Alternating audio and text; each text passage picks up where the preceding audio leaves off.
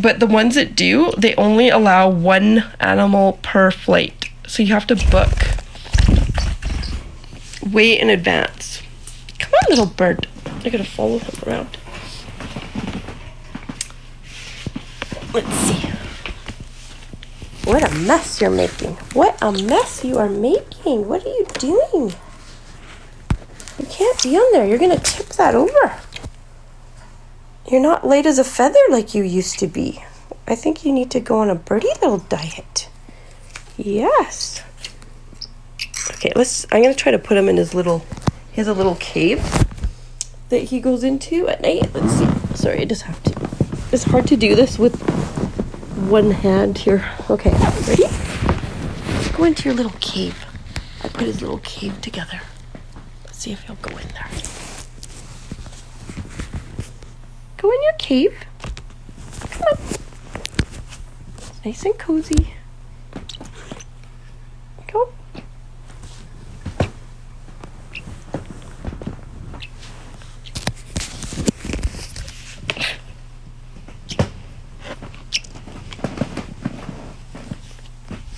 Here. There you go. There. Sorry for interruption. Just see if he's gonna settle here. Let's see if he'll go on a stick. Here. Come up on the stick. There. Okay, there. So you see his feet are on this heavier stick. So the reason why they need lots of sticks sizes is it's like fitting a human for shoes. Right? If you wore the exact same shoes every day for like the rest of your life, your feet would bother you. And that's the same with birds. They need different size sticks. Hey, you need different ones. And it keeps their feet super healthy. Hey? Let's see. You want to be wrapped up again? Let's wrap you up. Let's wrap you up. This is so hard to do with one hand. Come on.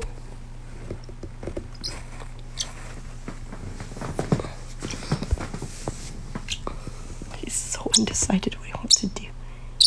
What are you doing? You gonna file your beak? You made a mess. Let's try to see if you'll have some water. Okay. I'm gonna answer some questions and he's gonna come back. Sorry, you guys.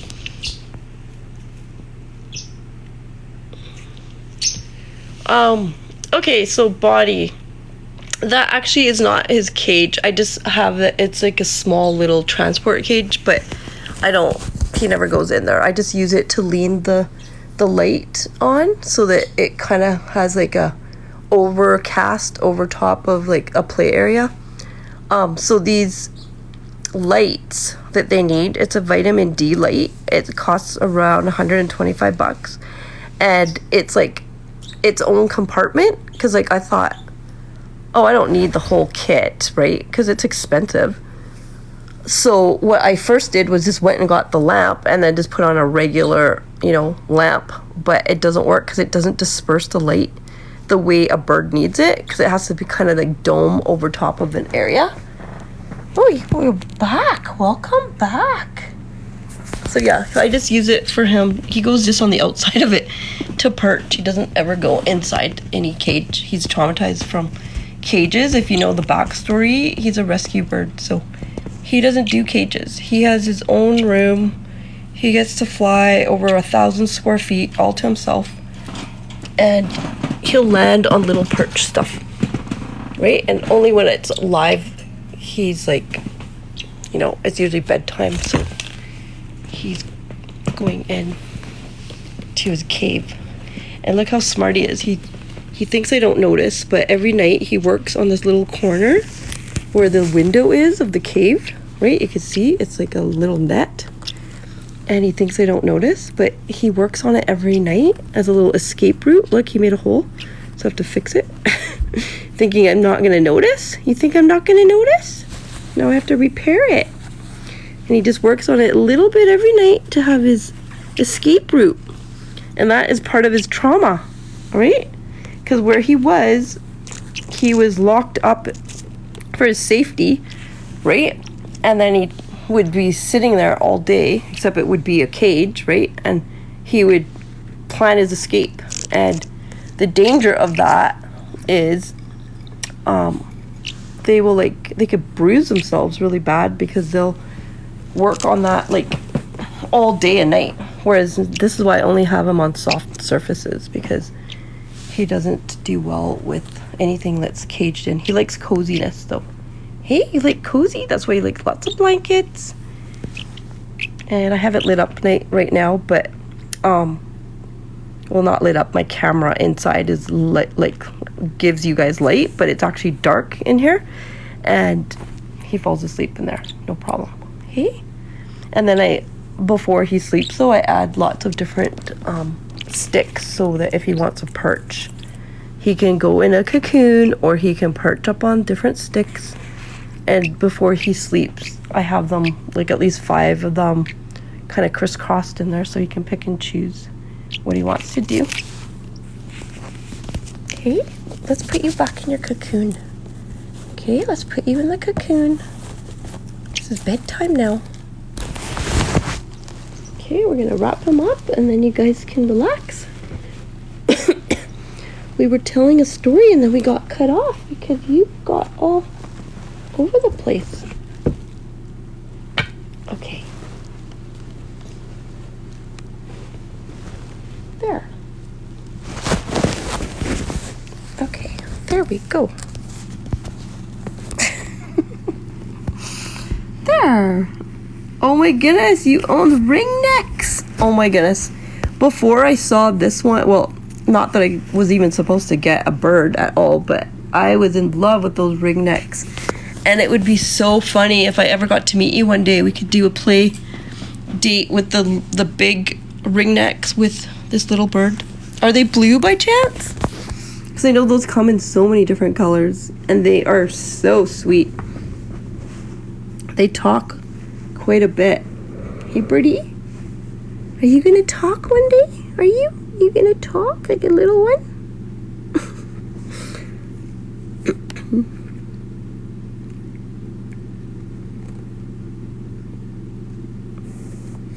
Okay, I think I missed some questions here. Duck Swan. He is a parrot, Pacific parrot. They look very similar to a lovebird. They're a little bit more quieter, but they're way more high maintenance. And Patty has 3 cockatiels. Cockatiels, they whistle. They're so cute. I've seen them online, the people that have them, that they copy a lot of songs. It's so cute.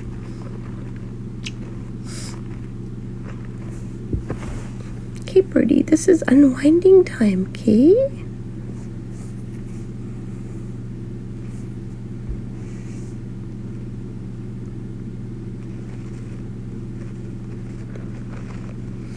Yeah, he loved the little scritch. For all the new people, welcome aboard. If you look at my feed, we're pretty new here. I haven't been able to focus on the feed as much yet, and I'm gonna go crazy on it. As soon as the stores I have are up, then I can focus just on the feed. But I've been working on opening up a huge boutique. It's turned into a mall, and it's everything to do with travel and fashion. Right, birdie? Come back. Come on. This is unwinding time, okay? Unwinding time. Come on. Let's see if he'll go. If you guys missed it, he goes in. He loves to burrow and stuff. So I'll see if he'll go inside of a sock for you guys again. But I was gonna answer all the other questions. Come on. Look, here's a sock. So this is like a sleeping bag. Look, you gonna go? Go inside. Go in and then turn around. Turn around. Turn. There. There you go. Okay, but you have to stay in there like you usually do. Oh, rambunctious. Somebody was trying to invite you. I'm so sorry we can't do the live yet because I only have one hand on the camera and the other one on the bird. And we will do them in the future. Right, birdie? Say thank you. We will do them in the future. Okay, we have stories to tell. Come on. Sorry guys, I hope I didn't make you too dizzy. I'm gonna wrap him up and see if he'll stay in one spot for you. Let's go in one spot so we can talk to the people that have the questions. Thank you guys for being so patient. I'm going to see if you'll stay in this spot. Okay, we're gonna wrap you up. Okay, I'm gonna wrap you up and let the people talk. We have lots of talking to do, okay? Lots of talking, and you have to go to sleep. You have to go to sleep. Okay. There. There we go. There.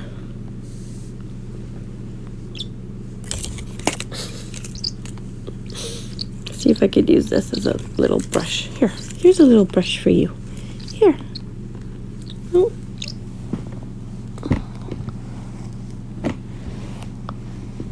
I don't know what happened to his brush. Okay, go to sleep. Go to sleep. Relaxing mode. There you go. Okay. Sorry, you guys, about all the movement. Oh. He just gets restless. He doesn't actually want to. He loves to be cuddled. He just wants to play. And I'm trying to wind him down. And he knows he's on the camera. He loves being on the camera. There, say goodnight to everybody. I know everybody wants one of these birds, so I love to educate. And if you have the lifestyle, then I encourage you to get one of these birds, but not everyone could keep up to what they need. So I like to teach people, and also all the equipment you need. You need these special vitamin D lights. You can't cheap out. I tried it because I'm like, okay, because the light bulb is like almost $40 depending on where you go, and depends on the size. And so I'm like, okay, then I'll just get the light bulb and put it on a regular light lamp thing, right? So I tried to do that and it worked, but what didn't work is it didn't disperse the light the way the bird needs it, because the birds move around, right?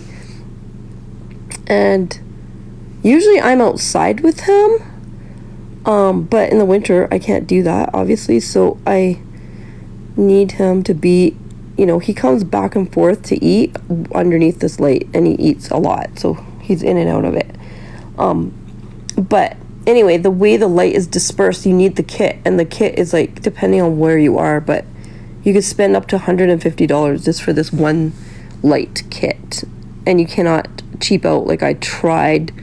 I mean, I'm not cheap at all, but there's certain things that it's just ridiculous, like $150 for a light bulb, like seriously. But you gotta have to think of it is actually medicine for the bird, and without it, their feathers can all fall out, and they can get a lot of health issues because it disperses vitamin D, which is healthy for their feathers and their bones, right? And their beak. Hey, baby? You gonna go to sleep now? Are you? Are you gonna go to sleep? Okay. Now we're just gonna... Oh, look at all the hearts the people are sending. I didn't even get to answer everybody's question yet. So many questions. Okay.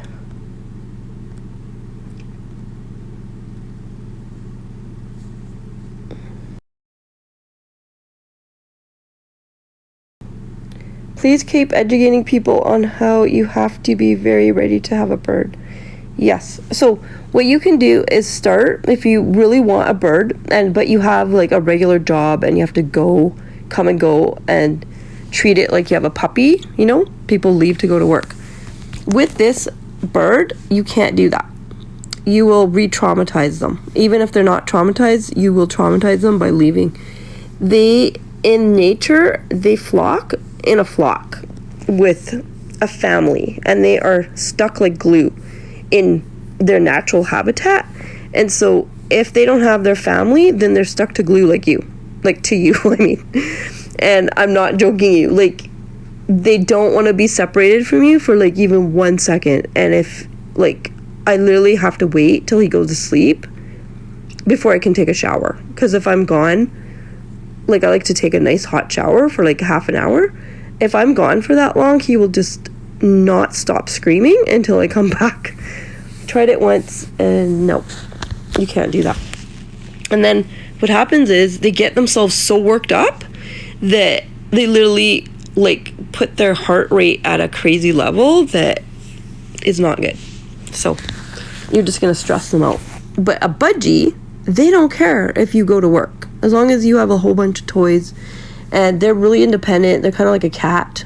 You let them out and they just do whatever, and they don't get offended if you are nowhere to be seen. They like their space. And lovebirds is a graduation up. Lovebirds now gets into the parrot family. I've had like budgies, I've had lovebirds, and now this is a parrotlet. And I've taken care of other big parrots as well.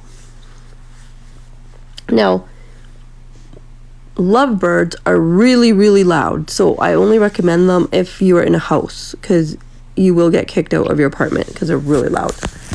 They're really clean though, and they're really funny, and they team up really well if you have a really tiny dog. Like, just take an example of like a Chihuahua, a gentle one, not the yappy ones. And it has to be like, I'm talking about, don't team it up if you already have a dog. It would be like, first get the bird, and if you're thinking of getting a dog, first get the bird used to you, and then later get a small breed dog that has a tiny mouth so the bird can never fit into that dog's mouth, right? And then you team them up when the puppy is a baby and make it super gentle around the bird, and they will become best friends. That's what I did with my other bird. And they were inseparable, and it was so cute. And he was so happy having that as a companion, because they play. Because lovebirds think that they are puppies. So, and this kind of bird too, I think in the future I might team them up with similar idea. Parrotlet, unless they were like the brother sister clutch as a baby, with this one, because he's a trauma bird and he was really vicious, like just when he was in that trauma mode. He's not anymore, but I know he gets really jealous. So if I brought in another bird, he would probably hurt that bird because he gets really territorial. Like, he does it even when I'm on the phone. When people have phoned me, when he can hear another voice coming out of the phone, like when I have it on speakerphone, he just loses it and he attacks. This is why my phone is a disaster. He tries to attack my phone because he's attacking the person through the phone, but he's actually attacking my phone case, not my actual phone. So they get really possessive, and they're very they're a lot of extra work. They are just like having a newborn child in your house. They, like, when I first got him, he was not eating, so I had to feed him through a dropper and water with the dropper. He was not independent at all. He was only 4 weeks old and traumatized and was crying and screaming all night. And if I was walked out of the room just for a few minutes, he would send out distress calls nonstop. He still does that. So they're not an animal that you can leave at home when you go to work. You have to have a home office job or be able to take him everywhere you go. Whereas a lovebird, you can leave them, they're still needy but not that needy, and you can leave them with like a huge pile of paper and they will shred it in like 6 hours and be busy and happy to build nests all day and won't be crying that you're gone. And then you can leave like the TV on for them or the radio, so they have some, volume of noise going on. So he's preening himself. It's a little bit darker. Is it okay that you guys can see it like this? Tried to move him more trying to get him into sleepy mode. They love paper.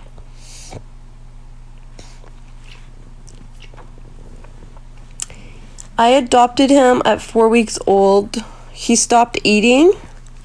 He is a baby orphan. He got taken away from the clutch because he was not just an orphan. The reason why he became an orphan is because all his siblings and the mama and papa got taken away as one big clutch to go find homes for them. But they were already more independent, and this one was a little runt. And when they're baby chicks, if they're the runt, the parents don't, like, they basically only want strong chicks. And even if they do take care of them, they need to do extra care. But the backstory is when the corona hit, the place that had all these birds was forced to shut down with no notice, kind of like the restaurants were, right? It's like, oh, sorry, these are the rules. And so when all these rules came and they had to hire out extra people, it doesn't work in the bird world because you have to imprint the bird on 1 or 2 people. They don't do well with having a bunch of staff. It traumatizes them more when they're babies. So also big risk, they can catch flus just like humans do. So there's a huge safety thing with everything going on, right, with the pandemic world. Sorry about the camera. So he got taken away, put in a holding area, isolated, in a different environment with people that didn't know what they were doing. They meant well, but their job was just to try to find him a good home temporarily. But while he was being held, all that he was being held with was in an environment that was not set up for birds. There was no proper light. There was just a holding cage that he tried to escape out of while the staff was tending to all the busyness. The noise factor, the light factor, all of it, and the environment was too loud. Everything was wrong. So when I came into this facility, I was looking for just shredded paper to do a display because they sold stuff like that there. And they meant well. They were just holding the bird to find a home because they were connected to people that loved animals, right? Even though they were just like a supply shop. And even though they meant well, they caused more harm than good because they were scared of the bird because they never handled one before. Even though they loved animals, they had no experience with what it takes. And so this bird is lunging at them, trying to peck them to death. And of course they're going to be scared of them. So they just left him in the cage and tossed some seeds. He just wouldn't eat anything. He was too small to eat seeds. You have to hand dropper feed them. And they didn't have time for it. So they just thought, okay, well, he'll get used to it. But no, that doesn't work like that. So without them realizing it, they were causing more damage. And the noise and the lights, it just was not good. You have to stay back here. So I come into this place and he flew on me and we've been inseparable ever since. And I had to ask permission at my job because I couldn't stay home with a bird. I am way too young to have a job to stay home. But when the pandemic hit, I was forced to sit at a desk at my office in a home office, right? And it was long hours. So anyway, they suggested to me, if you can come up with a way to make this bird be a working animal, then we give you the permission and the green light to go ahead and make him into the project. And then you can go ahead and adopt him and make a work project out of it. And that was the only condition I could take him. See how he bends his head? He wants to be brushed. Oh my goodness, he loves it. Let's try this. How about this stick? This one is a little bit more softer. This stick. How about this one? No? How about this? We'll just use a brush. Yeah, so now he is officially the Baby Birdie Boss logo of a huge mall that I'm opening. It's a bunch of boutiques to do with travel. And he's a tropical face. And everything in there will make you smile. And he makes you smile. And hopefully anyone that goes on vacation that does TikToks, that's what I have designed it for. So you can model the clothes in whatever foreign country. And I found the perfect styled clothes to go with the country, so it's all color coordinated. And then me and him are going to be doing the TikToks together, and eventually we'll have other models too, but he'll always be in the feed. I probably won't be able to do the behind the scenes like this, because this was like the training part one of what it takes to work with an animal. But phase 2 will be working with people and the animals, so we'll see how that goes. So I've been training him not to bite, because I don't want him biting people's ears or try to gouge. You see how he lunges, right? But he's pretty gentle now. Hey, you're gentle. You don't know your force. No, you don't. You have to be gentle. So watch when I bring in a foreign vegetable, what he does. What is this? What is this? It's a piece of broccoli. Sometimes he just gets. This is a cuddle bone. Here, let's see if you'll try it. Okay, I have questions to answer. What is his name? He's the baby birdie boss on here, and I just call him. My sister calls him Blue, and I call him Baby because he has like a baby face. He's always gonna be a big baby, so I just call him Baby. Hey, baby.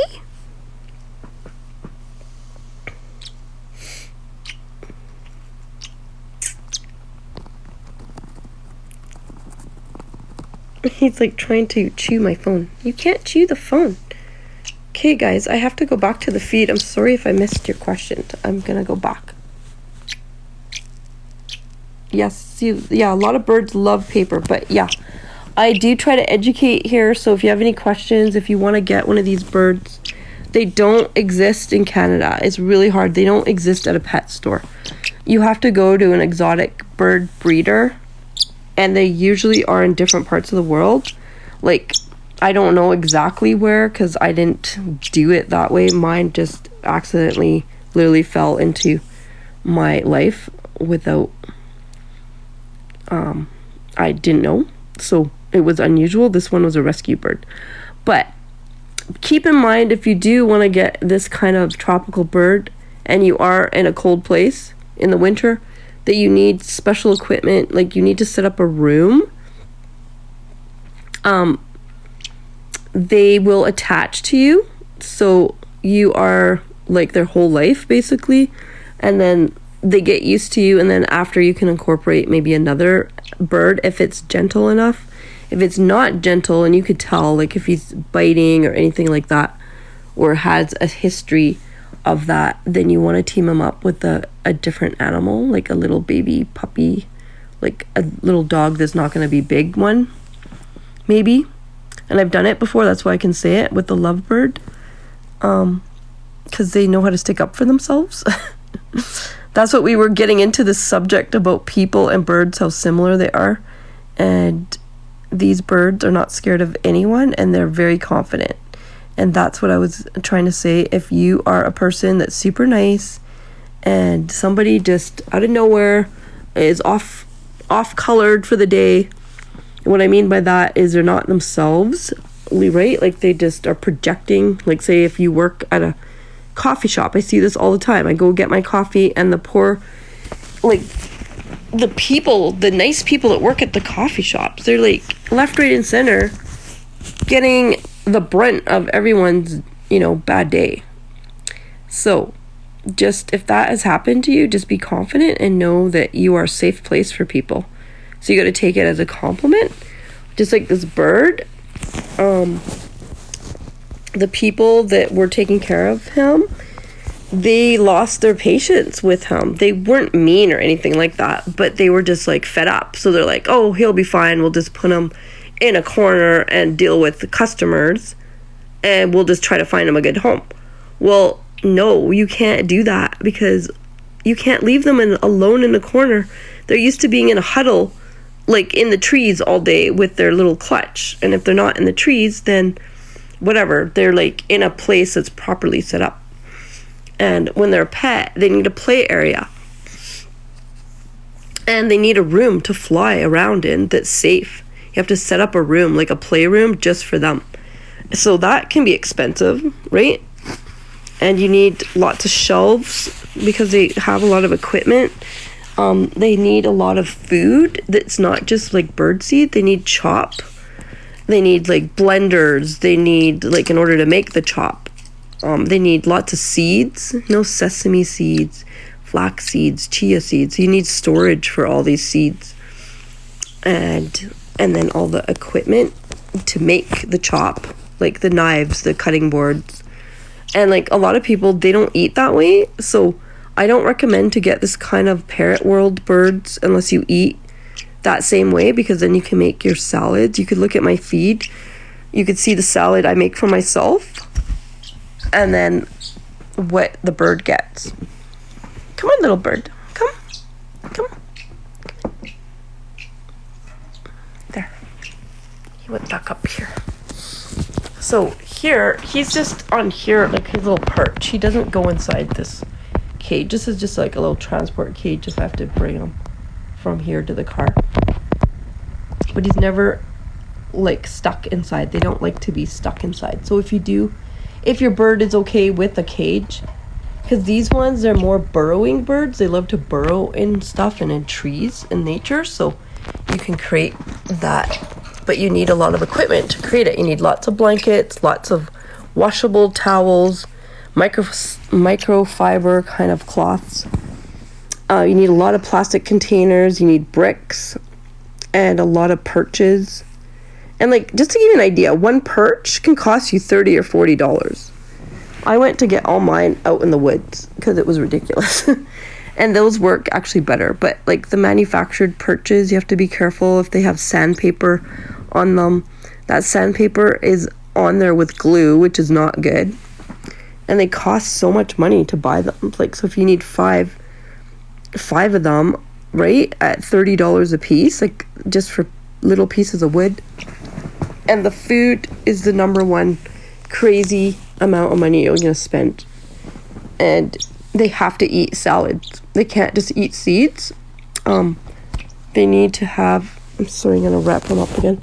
They need to have a vitamin-based diet, and they have to have chop. If they have just seeds, they can get major health issues. So you can't lazy out on preparing your food. You have to be someone that loves to prepare food, like say for children, and you're used to it, because you can't have an off day. It's like having a kid and not preparing their lunch. You just can't, because they can get really sick, right? And they eat a lot. And so when you make the salad, then you have to add special fortified seeds that come in a bag. It's not like your regular bird seed that you throw to wild birds. It comes with a formula, kind of like a protein shake, and you have to check the package to make sure it has everything that basically almost like a gym rat guy would have at the gym. Birds need all their vitamins, and then that light is vitamin D, and everything else comes from the vegetables, and then whatever doesn't come from the vegetables is in those pellets.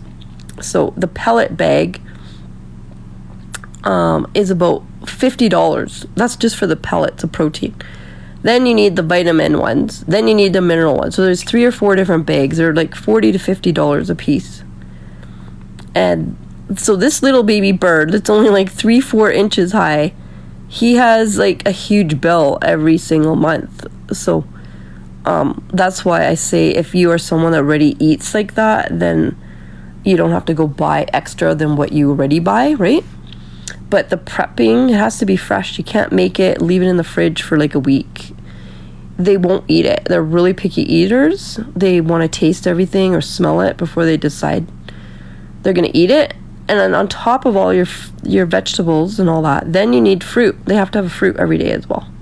And I usually put blueberries, banana. They won't have the same thing every day too. So you have to switch it.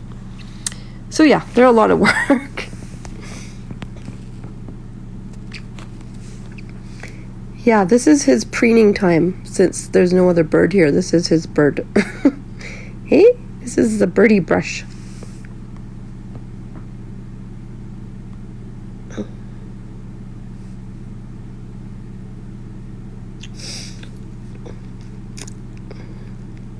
Yours is a rescue cat, and I believe he spent a lot of time without a home. Aww. Yeah, they, like, the amount of attention they need when something like that happens to them.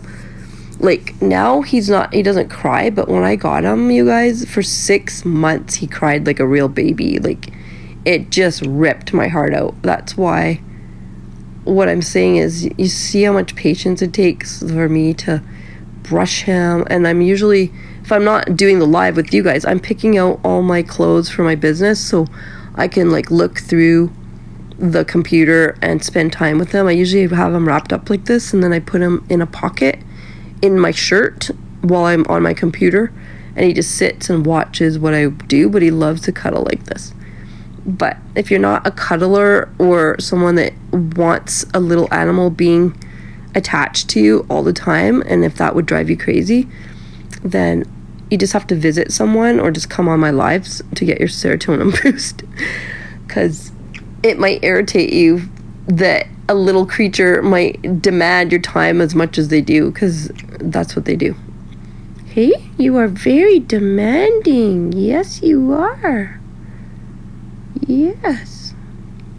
But anyway, so these kind of birds, where you would get them would be somewhere hot. You'd have to research, because I can't recommend anywhere because I've never gotten them, right? And I don't want to recommend something that I don't know. But what I've done research that I have done, they are usually in hot tropical places.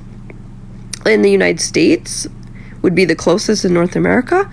And then, and I would recommend going to a place like that. I don't recommend to go get them in a foreign place, because there are breeders in foreign places where these birds fly around naturally, like Costa Rica or Mexico. The problem with that is they're in the business, obviously they're all in the business to make money, but the safety of the animal is not guaranteed, because I've seen, like, so many documentaries, they put them in crates and, like, literally, I don't know, they'll put like 50 of them in a crate and put them in a box and then put them on an airplane. And, like, during a flight that's long like that, how many of them can actually survive through the noise and the heat and the fumes? I don't recommend it. So if you're going to want to get a breed like this, what I would do is, if you're in driving distance or flying distance, like, say if you have to fly out to, I don't know where they are, somewhere in the United States, you fly there, go to the vet there to make sure it's cleared, and you'd have to organize it with the vet in your place. It's a lot of work. So if you want to do this is what you'd have to do. You'd have to get paperwork on your Canadian side, then you'd have to get them to refer the American vet so they can do whatever paperwork they need to. And then you'd have to call the customs to ask whatever rules, and then the airlines. But so you could go pick it up and then fly it with you. Don't put it through the cargo with the passport, or go pick it up and drive and make it like a road trip. They do really well in the car. This little one is in the car like almost every day. Well, yeah, every day with me. He drives in the car. He loves it. They do really well in the car. To train them to go on an airport is a whole other story. And that would be, you have to train them through, like, they have to be in a contained little purse, basically, for you to take it on the flight with you. And then that little purse goes into kind of like a carry-on gym bag that's made for animals, though, with holes, soft kind of transport. And it's like stamped with airport whatever recommended. And then to go on an airplane, the vet has to do a test on the animal to make sure it's not going to disturb the peace on the plane, and it will get a certificate saying, yep, you can fly with it. So it assures the captain it's not going to disturb the passengers. And then it has to stay under the seat for the takeoff and the landing. And then You can bring the little mini purse, kind of like Paris Hilton that puts the dogs in the purse, that kind of pouch for animals. You could put that on the seat beside you, but then you have to buy another airplane ticket for that seat for a 1-inch high little bird. You'd have to pay full ticket for the seat beside you and you can't let them out. Obviously, it has to stay in the contained place if the vet thinks it's not going to be a problem. So yeah, it's quite the job. So I only recommend it if you're gonna like do it, and it's a 40-year commitment, by the way. They live up to 40 years. So it's worth it if you want to add this little thing to your family. They're super precious, but it's no different than having a child. And I don't have children myself, but I've looked after children my whole life, and I can guarantee you it's exactly, and I've looked after every age group from newborn to everything, and it's like having a newborn when you first get them, and then they grow into like a 5-year-old because they're super smart.